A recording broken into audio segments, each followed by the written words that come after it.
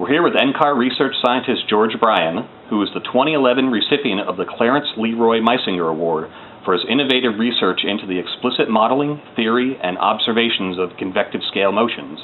Congratulations. Thank you.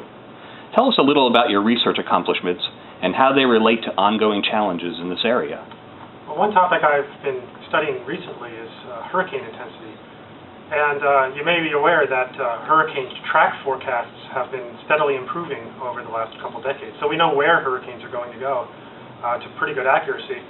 But intensity forecasts are much harder to predict.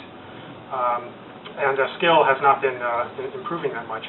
So we've been doing numerical simulations of hurricanes in idealized environments, trying to understand what regulates hurricane intensity. And so one of the things we found is that small-scale turbulence is very important. So small scale being less than a kilometer scale, boundary layer eddies and eddies in the eye wall and things like that.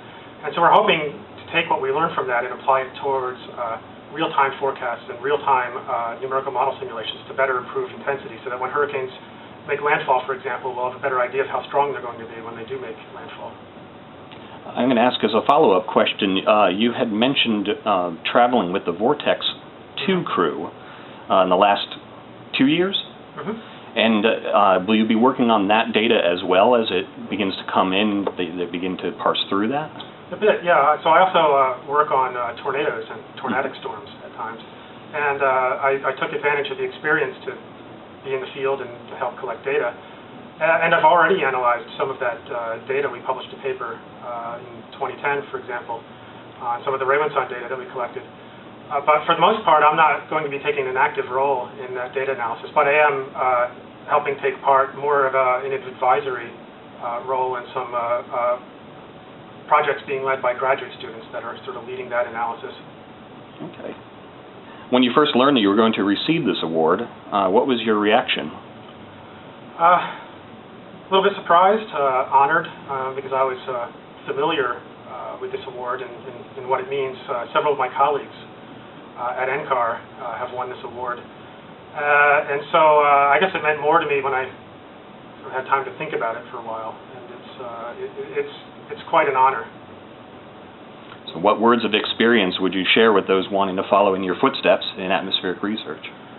Oh, I think one item of advice I like to tell younger scientists is to remember to focus on the science and your research projects, because there's so many things that are out there to be honest, to distract you these days. You know, the internet, there's blogs.